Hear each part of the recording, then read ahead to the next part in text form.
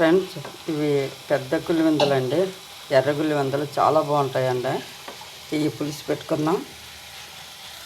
ఇదిగండి, ఏంటంటే మనకి కొంచెం అల్లం వెల్లుల్లి పేస్టు, ధనియాలు జీలకర్ర పౌడరు అలా చేసుకొని ముద్దండి. ముద్దను ఫ్రై చేస్తున్నాము. ఇప్పుడు 2 పచ్చిమిర్చి వేసి ఉల్లి ముద్ద బాగా ఆగితేనండి మనకు పులుసు కమ్మటి వాసన వస్తుంది.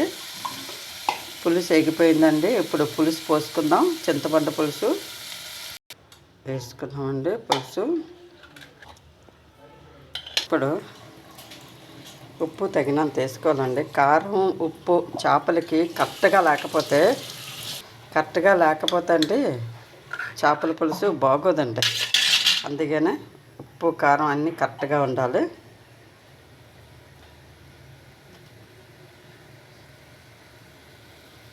ఈ చేప ముక్కలన్నింటినీ ఇలాగ వేసుకుందాం. ఫ్రెండ్స్, అయిపోయింది. ఇంకా చేపల పులుసులో కొత్తిమీర కరివేపాకు వేసుకుందాం. చూడండి, ఈరోజైతే గుమగుమలాడే పెద్ద గులివిందులు పులుసు అండి. చాలా కమ్మగా ఉంటుందండి. బాయ్ అండి. ఒక్క లైక్ అయితే ఇవ్వండి ఫ్రెండ్స్. బాయ్.